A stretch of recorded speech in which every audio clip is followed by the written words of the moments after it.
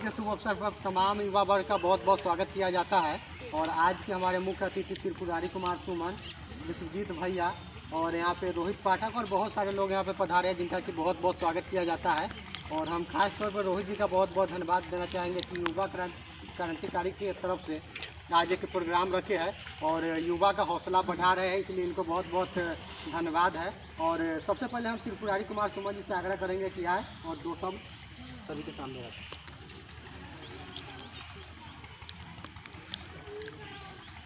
जय परशुराम। यहाँ पे आए हुए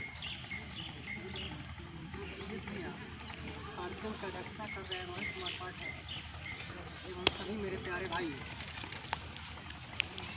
मैं सबसे पहले अध्यक्ष जी को धन्यवाद देना चाहूँगा कि इस लॉकडाउन के पोजीशन में उन्होंने भगवान विष्णु के छठे अवतार परशुराम जी का जयंती का आयोजन किया और प्रशासन के मर्यादा को ध्यान में रखते हुए यहाँ पर सोशल डिस्टेंसिंग का पूर्ण रूप से पालन किया जा रहा है।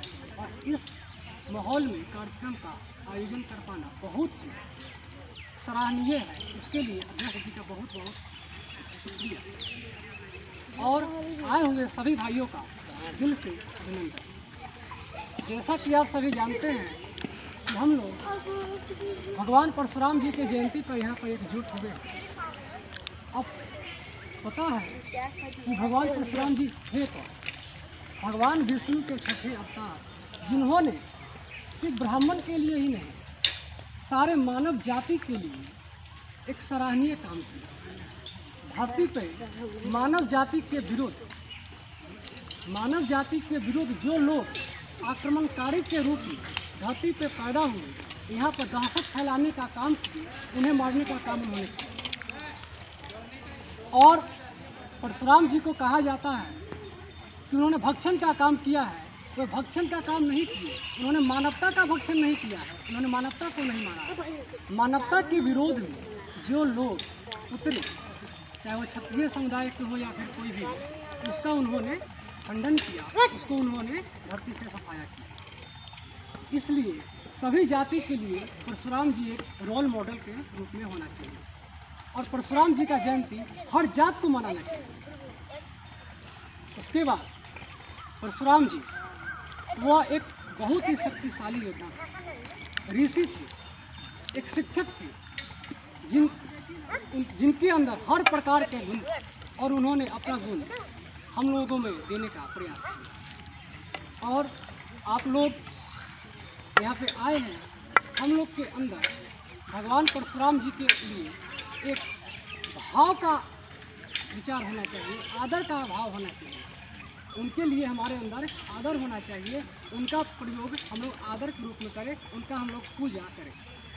आज परशुराम जयंती है, आज ही नहीं, उनका मनन हमेशा होना चाहिए। और वो जिस रास्ते पे चले,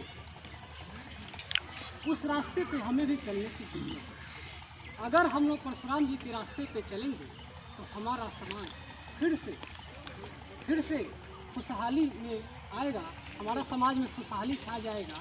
इसलिए हमें इनके सब चिन्हों पर चलने की जरूरत है। धन्यवाद।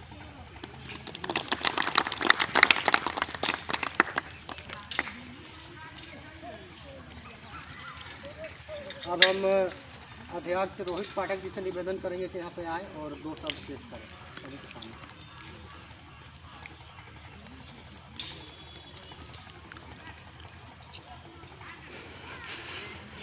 बहुत बहुत धन्यवाद महेश जी, काफ़ी अच्छा संचालन कर रहे हैं। हम चाहते हैं कि आप लोग एक बार महेश जी के लिए ताली बजाएं। हमारे पूर्व वक्ता त्रिपुरारी कुमार सुमन ने परशुराम जी के ऊपर एक अच्छे से और आप लोग को समझ में आए इस प्रकार के विषय रखने का प्रयास किया है। मैं थोड़ा कोशिश करूंगा कि और थोड़ा आगे बढ़ूं और उसके बाद हमारे अगले वक्ता विश्वजीत चाचा जी आप लोग को जो मुख्य वक्ता के रूप में भी आज शामिल हैं, आप लोग को विशेष रूप से समझाने का प्रयास किया। आज परशुराम जयंती है, जो कि बैसाख तृतीया को मनाया जाता है। परशुराम कौन थे? क्या सिर्फ एक जाति का कोई भगवान नहीं होता?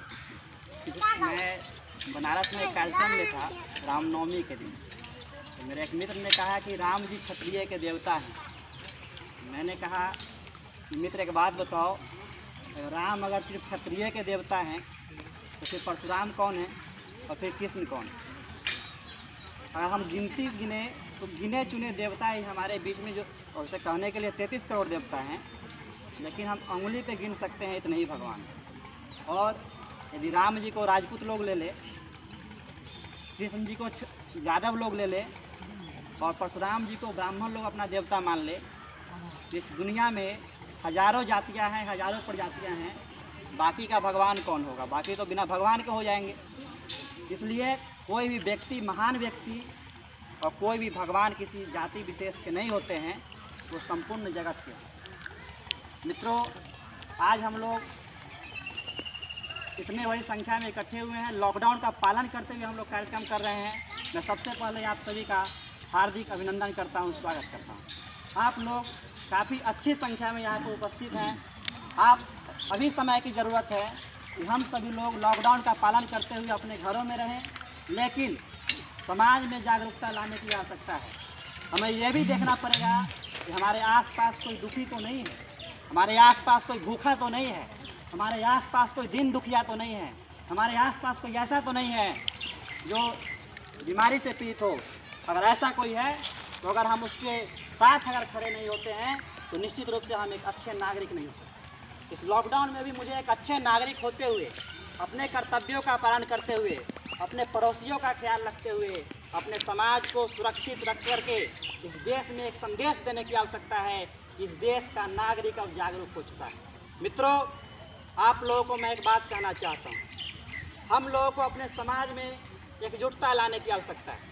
आज समाज में समाज को तोड़ने के लिए राजनीति हो रही है। आज समाज में सभी जातियों में राजनीति हो रही है, जातियों की राजनीति नहीं हो रही है। जातियों की राजनीति नहीं होनी चाहिए, लेकिन जातियों के हितों के लिए राजनीति करने की आवश्यकता है। 90 के दशक में लालू प्रसाद यादव के द्वारा इस देश में, बिहार राज्य में एक जाति विशेष के खिलाफ आवाज़ उठा करके राजनीति करने की कोशिश की गई।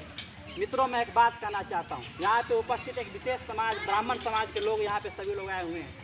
जो राज्य ब्राह्मणों को सम्मान नहीं देता तो राज्य हमेशा पीछे चला जाता है। किसी जाति, हमारे देश में कोई भी जात पीछे नहीं है। संस्कृत का एक श्लोक आता है कि हिंदू धर्म में कोई भी जाति पतित नहीं है, नीचा नहीं है, लेकिन कुछ जातियाँ ऐसे रही हैं जिन्होंने समाज के हितों का कार्य किया है। इस देश में बहुत सारी परंपरा चली, उस परंपरा में शस्त्रों की भी परंपरा चली, लेकिन शस्त्र आधारित जितने भी परंपरा इस देश में चली वो सारे के सारे खत्म हो चुके हैं, और सिर्फ शास्त्र आधारित परंपरा जितनी चली है तो सारी परंपराएं आज भी चल रही है। ब्राह्मण समाज हिंदू धर्म का पोषक माना जाता है। ब्राह्मणों समाज ने शास्त्रों की रक्षा की है। ब्राह्मणों को अपमानित कर करके अगर कोई राज्य में राजनीति की शुरुआत की गई, आज आप लोग उदाहरण देख सकते हैं, बिहार राज्य कितना पीछे।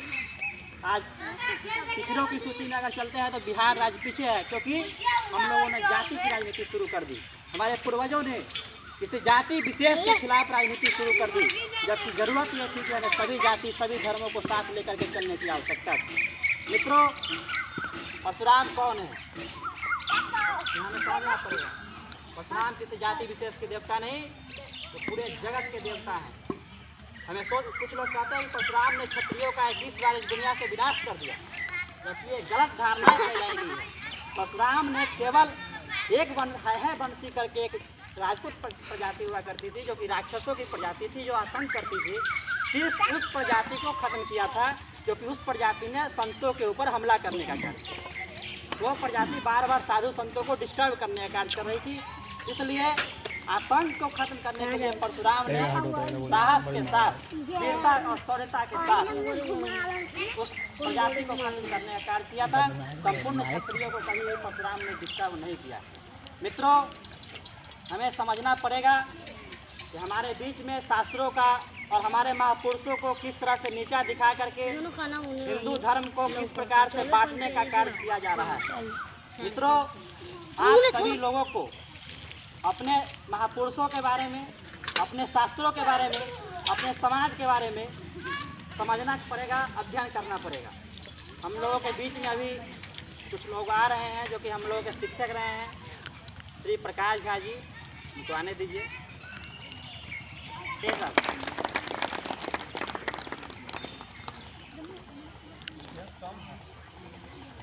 फॉलो किया जा रहा है।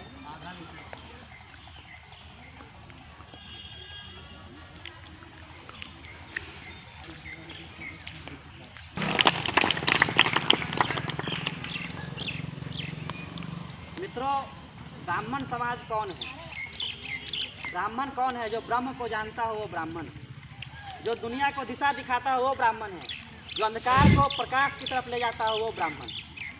ब्राह्मण समाज को आगे आकर के सभी जातियों को साथ ले करके इस राष्ट्र को विश्व गुरु कैसे बनाए, इसके लिए हम सभी को आगे आने की आवश्यकता है। मित्रों, याद कीजिए कि चाणक्य जो ब्राह्मण थे, एक चंद्रगुप्त जो कि दलित था, उसको उठा करके नंद वंश को ख़त्म करके एक चंद्रगुप्त को राजा बनाए थे।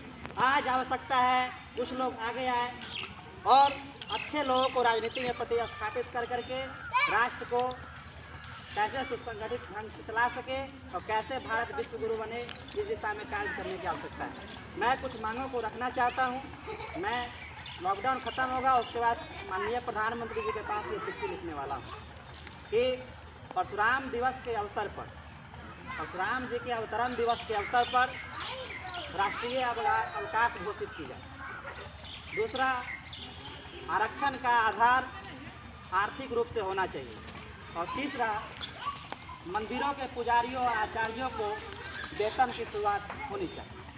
जय हिंद, जय भारत, भारत माता की जय। परशुराम, भारत माता की वंदे।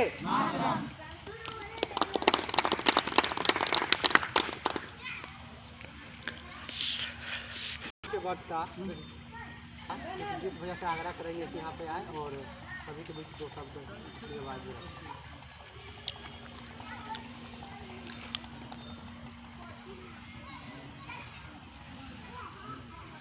बहुत बहुत धन्यवाद संचालक कार्यक्रम के महेश जी। आज के सभा की अध्यक्षता कर रहे हमारे भतीजे रोहित पाटिल जी, इस कार्यक्रम में अतिथि के रूप में भाग लिए हुए त्रिपुरारी सुमन जी, इस गांव के प्रतिष्ठित शिक्षक श्री प्रकाश झा जी के साथ साथ आज इस कार्यक्रम में उपस्थित हमारे सभी किशोर युवा भाई बंधु मित्र सभी लोग, आप सभी को सबसे पहले इस कार्यक्रम के संयोजक को, कार्यक्रम के संचालक को और कार्यक्रम में भाग लेने वाले एक एक व्यक्ति को मैं दिल से धन्यवाद देता हूँ कि उन्होंने इस परिस्थिति में, जब पूरा विश्व एक वैश्विक महामारी से त्रस्त है, तब सरकारी नियमों और अनुदेशों का पालन करते हुए जो यह कार्यक्रम रखा है, अपने इष्ट को, अपने धर्म के भगवान को याद करने का और उनकी कृतियों पर चर्चा करने का जो यह कार्यक्रम है, इसके लिए सभी के सभी लोग बधाई के और धन्यवाद के पात्र हैं। सबसे पहले अभी पूर्व के वक्ताओं ने आपको बहुत सारी बातों पर बताया भगवान परशुराम थे कौन, हम उनकी जयंती क्यों मनाते हैं। क्या भगवान परशुराम सिर्फ ब्राह्मणों के ही भगवान थे? तो बहुत सारी अवधारणाएं हैं, कुछ स्पष्ट हुआ है, कुछ थोड़ा बहुत लगता है कि और स्पष्टीकरण की जरूरत है। सबसे पहले मैं यह बात अपने तौर पर आपको बता दूं कि पूरे ब्रह्मांड में 7 ऐसे व्यक्ति हैं जिन्होंने इस धरती पर जन्म लिया और वह चिरजीवित, उनकी मृत्यु नहीं हो सकती है। उसमें से एक है परशुराम। अश्वस्थामा बलि व्यासो हनुमान च विभीषणा कृपा परशुराम से सत्य चिरजीवित। अश्वस्थामा बलि व्यास विभीषण कृपाचार्य और परशुराम, ये 7 ऐसे लोग हैं जो हमेशा हमेशा के लिए जीवित हैं। इनका नाश नहीं हो सकता है, इनको मृत्यु वरण नहीं कर सकते। इस धरती पर आने के बाद सभी लोग, किन्हीं को अमृत का वरदान नहीं प्राप्त है इन 7 को छोड़कर। अब आते हैं कि भगवान परशुराम किसके भगवान? तो ईश्वर जो होते हैं वह कभी किसी जाति, धर्म, जाति और समुदाय के नहीं होते। वह एक संस्कृति के वाहक होते हैं, वह एक धर्म के ध्वज वाहक होते हैं। तो भगवान किसी के नहीं होते। दूसरी बात, जो भ्रांतियाँ समाज में फैली हुई वह भ्रांतियाँ यह है कि अभी रोहित जी ने बताया आप लोगों को कि भगवान परशुराम ने 21 बार क्षत्रियों का नाश किया। नहीं, उन्होंने एक विशेष समुदाय के क्षत्रिय जिन पर राक्षस कुल का प्रभाव ज़्यादा था, उनकी प्रवृत्ति राक्षस कुल से मिलती थी, जो यहाँ ऋषियों और संतों को परेशान और तबाह करते थे, उस कुल का उन्होंने नष्ट किया। उसमें भी उन्होंने इस बात का ध्यान रखा कि उन्होंने महिलाओं पर कभी अपना अस्त्र नहीं उठाया। इस प्रकृति के एकमात्र ऐसे विद्वान ज्ञाता जो शस्त्र और शास्त्र को दोनों पर समान रूप से पकड़ था और अद्वितीय पकड़, भगवान शिव के अकाट्य और अद्वितीय भक्तों में से एक थे। भगवान विष्णु के 6ठे अवतार माने जाते हैं। बहुत सारे लोग आज के समय में चेत गए हैं। अब थोड़ी सी बात चूँकि इसलिए करते हैं, वह एक जाति विशेष पर लाते हैं। उसकी वजह है कि समाज में एक भ्रांतियाँ पैदा कर दी गई है कि ब्राह्मण समाज, ब्राह्मण कभी भी किसी जाति की राजनीति को नहीं किया, किसी जात के लिए नहीं किया, क्योंकि आप आदिकाल से देख ले, जब से सनातन धर्म चला आता रहा, हमने शिक्षा देने का काम किया। आपको जिस समय में, जिस युग में यह संदेह हो रहा, उस युग में मैं आपको जिस वैश्य कुल से कहेंगे, चाहे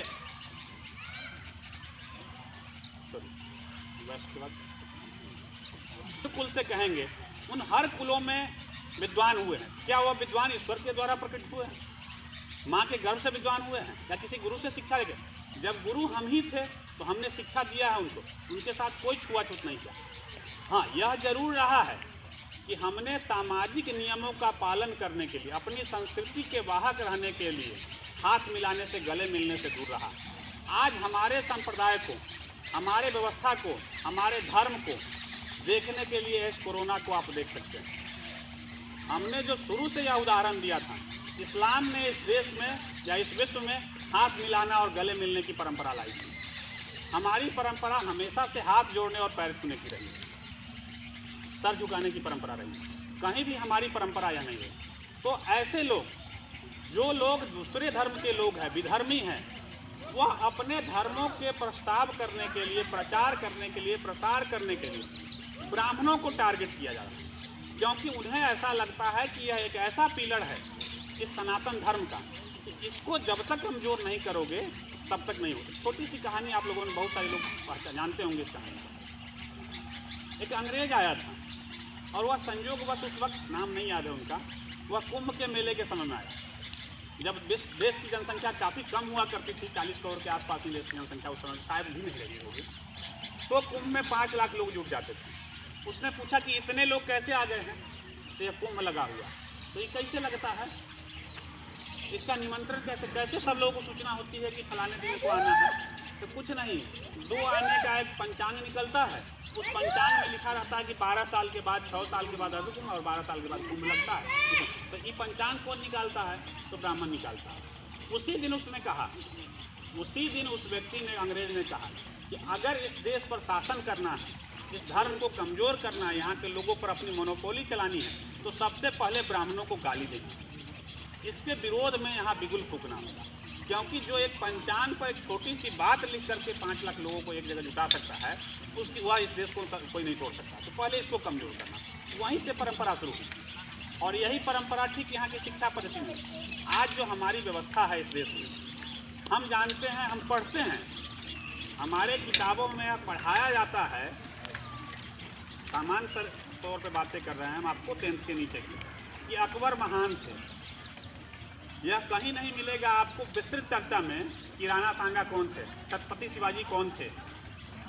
हमारे जो हिंदू धर्म के किसी भी समुदाय के लोग, उनकी चर्चाएं कम मिलेंगी। यहाँ तक कि चंद्रगुप्त की भी चर्चा कम मिलेगी, अशोक की भी चर्चा कम मिलेगी। कुल मिलाकर के 800 वर्षों तक ही इस देश में दूसरे लोगों का शासन रहा। तो क्या 800 वर्षों तक ही इस पृथ्वी का इतिहास है? इस पृथ्वी का इतिहास 800 वर्षों का नहीं है, लेकिन सिर्फ और सिर्फ ऐसे लोगों का इतिहास आपको पढ़ाया जाता है जो लोगों ने इस देश को विध्वंस करने का काम किया। इसके अलावा आप सब लोग जानते हैं कि इस्लाम धर्म यहाँ से उत्पत्ति नहीं हुआ, वह दूसरे जगहों से, अरब जगहों से आए हैं। तो अरब से आने के बावजूद उन्होंने वहाँ पे कोई कृत्य नहीं किया। ये सारे के सारे चीज ब्राह्मणों को कमजोर करने की बात है। भगवान परशुराम ने जो लगातार धर्म और संस्कृति की रक्षा करने के लिए उन्होंने स्पष्ट अपने अपने उपदेश दे करके और एक ऐसा वीर जिसके पास एक ऐसी शक्ति थी जो मन की गति से भी तेज तौर पे चल सकते थे, और यही गति आज भी वह जीवित है। लेकिन जब राम और परशुराम का सामना हुआ और यह माना जाता है कि विष्णु के ही अवतार भगवान राम जी थे, तो पहले से यह भगवान को तय था कि जब विष्णु के दूसरे अवतार आ जाएंगे तो उन्हें वापस चला जाना है।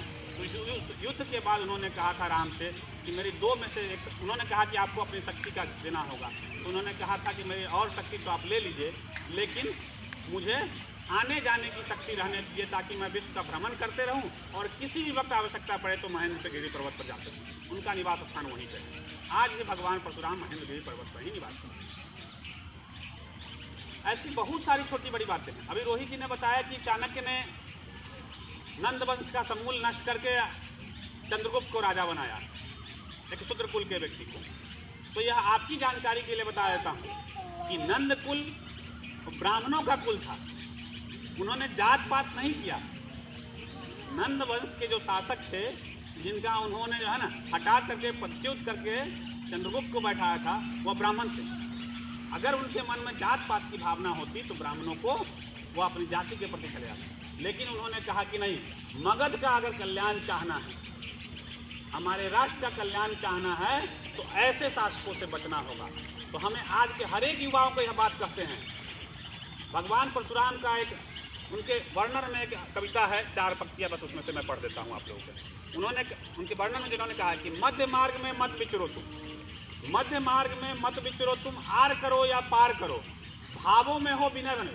अंदर में विनय है, करुणा है, जिससे माफ नहीं करना है। भावों में हो विनय भले ही, वाणी को तलवार करो, भीतर घाती सहते हो क्यों तुम, भीतर घासी सहते हो क्यों तुम, परशुराम का फरसा थामो दोस्तों का संहार करो।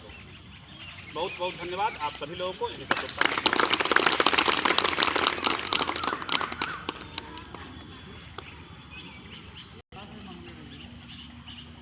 तो हम प्रकाश जी से निवेदन करेंगे कि सभी के विचार और जो सब करें।